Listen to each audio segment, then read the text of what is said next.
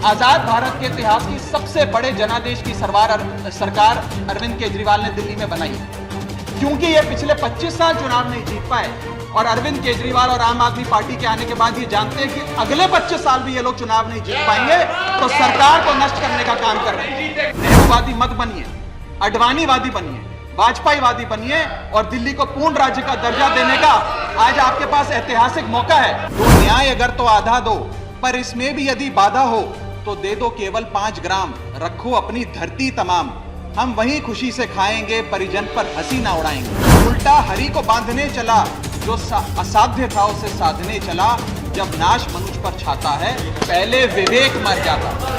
Sir, इन लोगों ने बड़ा आंदोलन चलाया, संघर्ष किया, सड़कों पे लाठियां खाई, न जाने क्या क्या किया दिल्ली को पूर्ण राज्य का दर्जा दिलाने के लिए। 6 के 6 चुनाव भारतीय जनता पार्टी बुरी तरीके से हारी।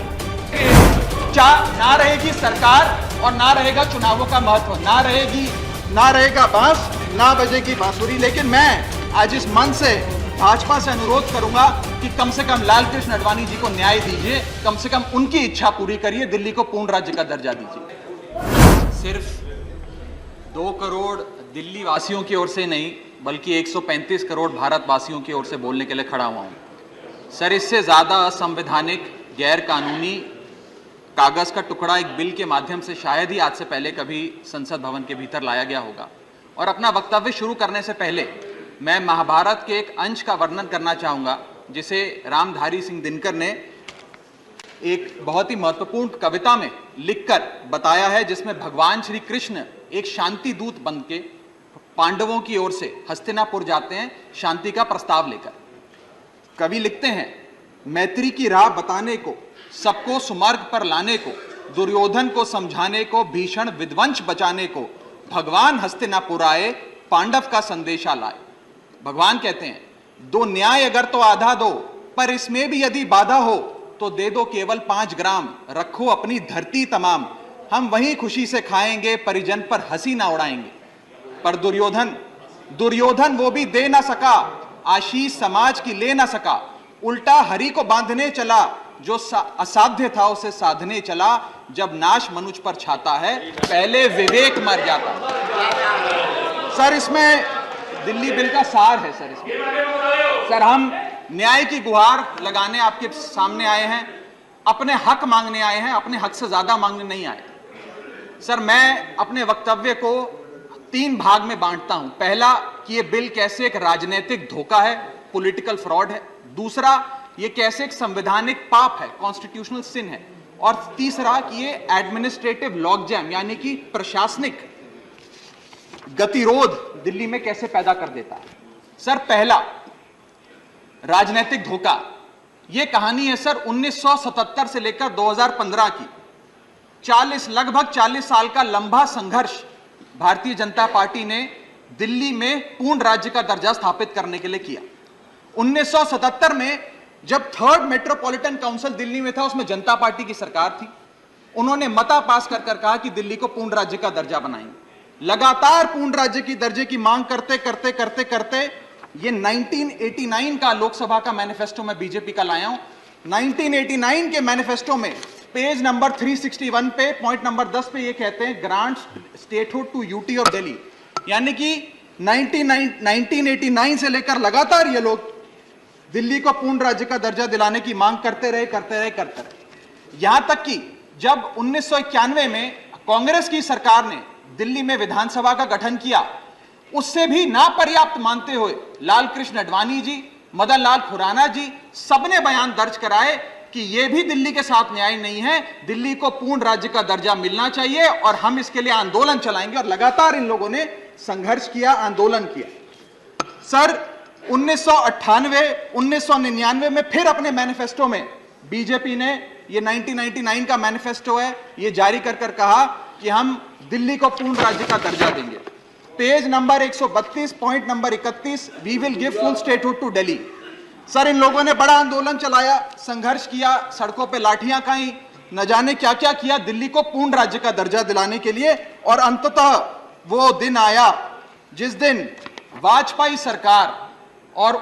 सरकार के उप प्रधानमंत्री आदरणीय लालकृष्ण आडवाणी जी इस सदन के भीतर एक बिल लाए द कॉन्स्टिट्यूशनल अमेंडमेंट बिल 2003 जो दिल्ली को पूर्ण राज्य का दर्जा देता है।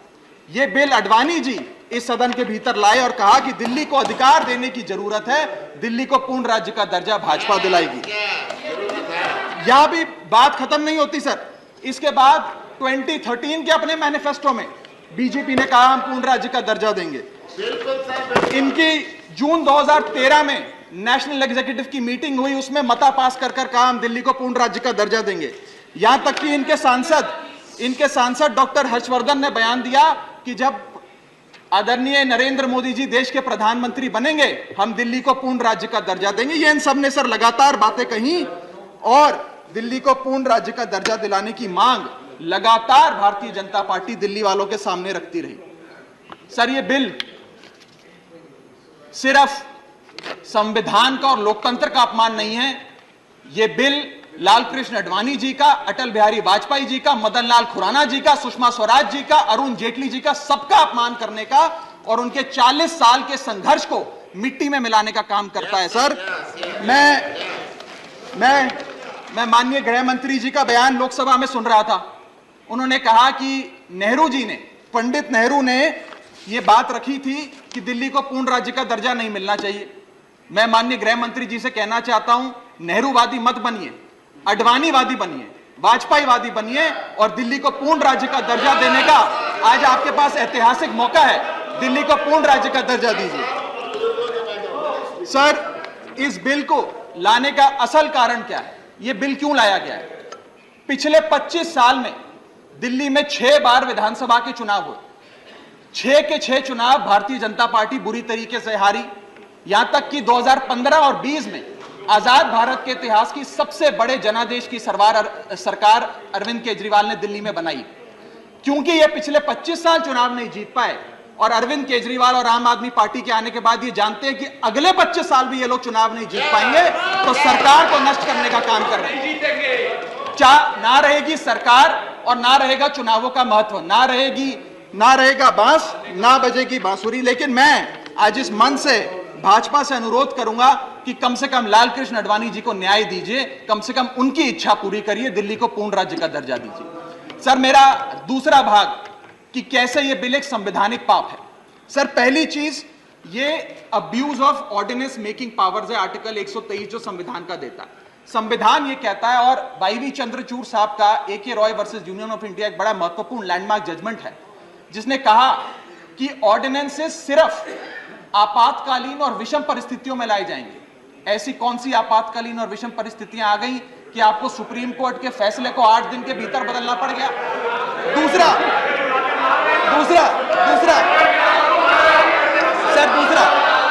देखिए सुप्रीम कोर्ट की दूसरा बिंदु, यह सुप्रीम कोर्ट का अपमान है। सुप्रीम कोर्ट के फैसले को 8 दिन के भीतर 5 जजों के संवैधानिक पीठ के सर्वसम्मति के फैसले को बदल के आज भारतीय जनता पार्टी ने एक मैसेज दिया है कि हम सुप्रीम कोर्ट को भी चैलेंज करते हैं, सुप्रीम कोर्ट के फैसले को भी नहीं मांगते। आपको जो ऑर्डर जारी करना है करो, हम चंद दिनों के अंदर ऑर्डिनेंस लाकर उस फैसले को बदल देंगे। They have challenged the majesty of the honourable supreme court sir. और मैं आपको ये कहना चाहता हूं कि आजकल जो ऑर्डिनेंस लाने की जो एक फेटिश इस सरकार ने देखी, चाहे वो लैंड एक्विजिशन बिल हो, चाहे वो फार्म बिल हो, चाहे ईडी के डायरेक्टर का एक्सटेंशन हो, जो ये सारी चीजें ऑर्डिनेंसेस के माध्यम से इन्होंने करी थी, इस बिल का हश्र भी वही होगा जो सारे पुराने बिलों का हुआ था। सर थर्ड बिंदु कि कैसे ये बिल संघीय ढांचे को एरोड करता है। हमारा भारत का संविधान और सुप्रीम कोर्ट का 2023 का 2018 का संवैधानिक पीठ का फैसला कहता है कि दिल्ली के पास एक यूनिक फेडरल आइडेंटिटी है, यूनिक कॉन्स्टिट्यूशनल आइडेंटिटी है। और भारत का संविधान जो हमें संघीय ढांचा देता है, जो शक्तियां देता है, उन शक्तियों को एनक्रोच करने का काम यह सरकार करती है, हमसे अफसरशाही और तमाम शक्तियां छीनकर। मैं आपको सुप्रीम कोर्ट का वो एक वाक्य पढ़ के सुनाना चाहूंगा। The majority in the 2018 constitutional जज bench held that while the NCT of Delhi could not be accorded with the status of a state, the concept of federalism is applicable to Delhi. हम पूर्ण राज्य नहीं है, लेकिन फिर भी राज्य का दर्जा एक संघीय ढांचे के परिप्रेक्ष्य में दिल्ली को मिलता है। उसके बाद सर इन लोगों ने तो कमाल ही कर दिया। आज बिना संवैधानिक संशोधन लाए संविधान को बदल दिया मात्र एक एक्ट ऑफ पार्लियामेंट से, जो आज तक शायद भारत के इतिहास में कभी नहीं हुआ। सर इसके बाद यह बिल पार्लियामेंट्री अंडरमाइन करता है प्रिंसिपल्स ऑफ कलेक्टिव रिस्पांसिबिलिटी को। भारत का संविधान कहता है सर कि परमानेंट एग्जीक्यूटिव और पॉलिटिकल एग्जीक्यूटिव मिलके लेजिस्लेचर के प्रति जवाबदेही होंगे। ये प्रिंसिपल ऑफ कलेक्टिव रिस्पांसिबिलिटी है। इसमें से परमानेंट एग्जीक्यूटिव यानी कि अफसरशाही को छीनकर ये पूरी तरीके से कलेक्टिव रिस्पांसिबिलिटी का प्रिंसिपल जिस पे सरकारें चलती हैं इस देश में, उसे ध्वस्त करता है। और आखिरी बिंदु संवैधानिक अपराध का, ये ट्रिपल चेन ऑफ अथॉरिटी को तार तार करता है sir. Triple chain of accountability ये होती है कि अफसरशाही की जवाबदेही मंत्री को, मंत्री की जवाबदेही लेजिस्लेचर को, और लेजिस्लेचर की जवाबदेही जनता को।